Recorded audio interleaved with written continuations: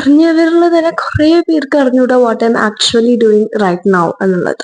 One question raising to me എന്നുള്ളത് എന്ത് കോളേജായി, എവിടെയായി, എന്തായി എന്നൊക്കെയാണ്. I don't have any interest in engineering.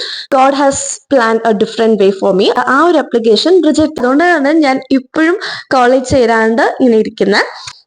ഇതെന്തിനാണ് ഇപ്പൊ ഈ ഒരു കൗൺസിലിംഗിൽ ഞാൻ പാർട്ടിസിപ്പേറ്റ് ചെയ്യുന്നതെന്ന് വെച്ചാൽ, ഒരു 65,000 പീപ്പിളിന്റെ മുകളിലുള്ള ആൾക്കാർക്ക് നമ്മൾ കോമ്പീറ്റ് ചെയ്തിട്ട് we have to get in to one college. So this is the reason behind ഞാൻ എന്നെ ഇനിയും കോളേജ് ചേരാത്തെ എന്നുള്ളത്. Hey all, welcome back to my YouTube channel and you watching Indian vlogs.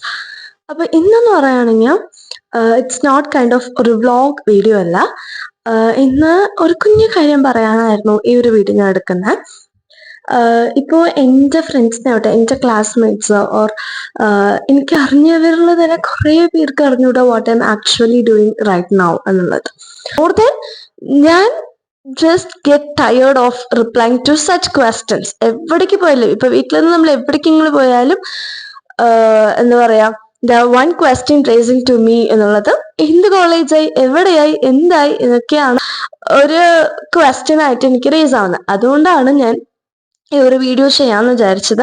അപ്പൊ എനിക്കറിഞ്ഞ ആൾക്കാർ എന്തായാലും എൻ്റെ വീഡിയോ ഫോളോ ചെയ്യുന്നത് എന്നാണ് എൻ്റെ ഒരു നിഗമനം. അതുകൊണ്ട് ഇനി എൻ്റെ അടുത്ത് ചോദിക്കാനുള്ള ആൾക്കാർ എന്തായാലും ഈ വീഡിയോ കാണുമ്പോൾ they will get the answer soon എന്നുള്ളതുകൊണ്ടാണ് ഞാൻ ഈ വീഡിയോ ചെയ്യാം എന്ന് ഞാൻ വിചാരിച്ചത്.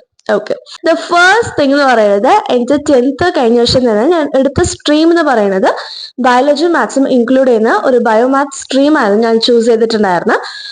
അതിലായിരുന്നു ഞാൻ 11th 12th പഠിച്ചിട്ടുണ്ടായിരുന്നു. ആൻഡ് അതൊക്കെ കഴിഞ്ഞ വർഷം തന്നെ എല്ലാവരും ചെയ്യുന്ന പോലെ തന്നെ ഞാനും എഞ്ചിനീയറിംഗ് എന്നുള്ള ഒരു കോൺസെപ്റ്റിലായിരുന്നു ഞാൻ പോയിട്ടുണ്ടായിരുന്നു. പക്ഷെ I don't have any interest in engineering because I am so weak in math. അതുകൊണ്ട് എഞ്ചിനീയറിംഗ് എന്ന് പറയുമ്പോൾ തന്നെ math and physics plays a important role, right? അതുകൊണ്ട് എനിക്ക് എഞ്ചിനീയറിംഗ് എന്നുള്ളത് എനിക്ക് വേണ്ട എന്നൊരു ഇതായി. പക്ഷെ എന്തായാലും എല്ലാവരും എഞ്ചിനീയറിംഗ് ആണ് എടുക്കുന്നത്, അതുകൊണ്ട് ഞാനും അങ്ങോട്ട് തന്നെ പോവാം എന്ന് വെച്ചിട്ട് ഞാനും എഞ്ചിനീയറിംഗിന്റെ കൗൺസിലിംഗ് ഞാൻ അപ്ലൈ ചെയ്തിട്ടുണ്ടായിരുന്നു.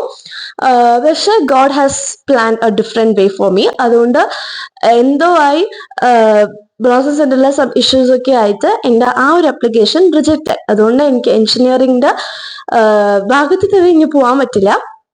അതുകൊണ്ട് ഇനി എനിക്ക് സ്ട്രീം എന്ന് പറയുന്നത് ബയോ മെഡിക്കോന്റെ വലിയ ഇതിലേക്ക് നമ്മൾ പോകണം എന്നുള്ള ഒരു ഇതിലേക്ക്. അപ്പൊ അങ്ങനെ ഇരിക്കുമ്പോഴാണ് TN പാരാമെഡിക്കൽ കൗൺസിലിംഗ് എന്ന് പറഞ്ഞൊരു സംഭവം എനിക്ക് അറിയുന്നത്.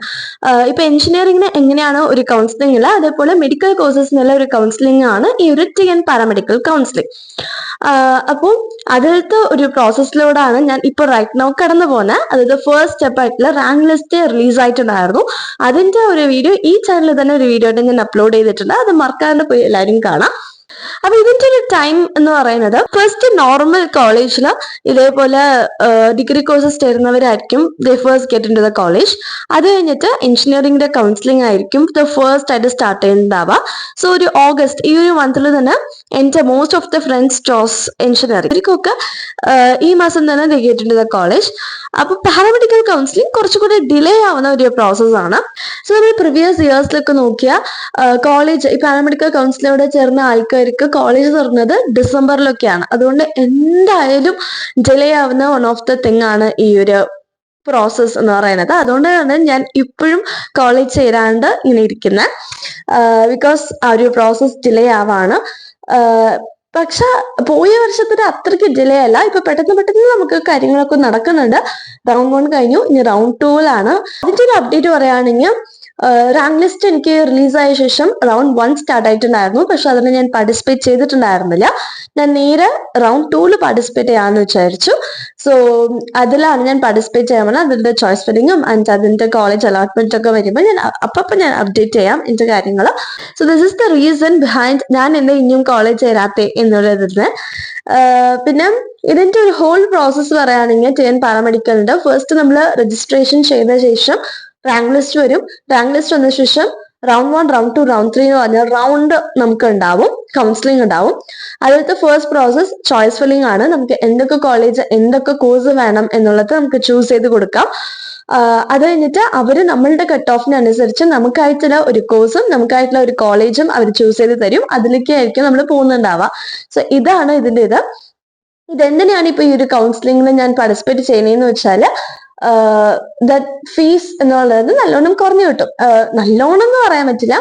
ഇപ്പൊ നമ്മൾ മാനേജ്മെന്റ് വഴി പോയാൽ നമുക്ക് ഡൊണേഷൻ ഒക്കെ അടയ്ക്കേണ്ടി വരും. പക്ഷെ ഈ ഒരു കൗൺസിലിങ്ങിലൂടെ നമ്മൾ പോയാൽ ആ ഡൊണേഷൻ ഒക്കെ നമുക്ക് കുറഞ്ഞു കിട്ടും. അതിനാണ് ദ മെയിൻ ആൻഡ് ഫോർമോസ്റ്റ് ആയിട്ട് നമ്മൾ എല്ലാവരും ഈ ഒരു കൗൺസിലിംഗ് ചെയ്യുന്നത്. ആൻഡ് ഇറ്റ്സ് ഓൾമോസ്റ്റ് 65,000 പേര് ഇതിൽ പാർട്ടിസിപ്പേറ്റ് ചെയ്യുന്നുണ്ട്. We have to compete with these ഒരു 65,000 പീപ്പിളിന്റെ മുകളിലുള്ള ആൾക്കാർക്ക് നമ്മൾ കോമ്പീറ്റ് ചെയ്തിട്ട് we have to get in to one college. അപ്പൊ ഇത് കുറച്ച് ചാലഞ്ചിങ് ആണ്. അതുകൊണ്ട് തന്നെ ആയിരിക്കാം ഇത്ര ലേറ്റ് ആവുന്നതും. സോ എന്തായാലും എന്റെ അപ്ഡേറ്റ് ഞാൻ പറഞ്ഞതായിരിക്കും. സോ ഇത്രയേ ഉള്ളൂ. Don't forget to subscribe.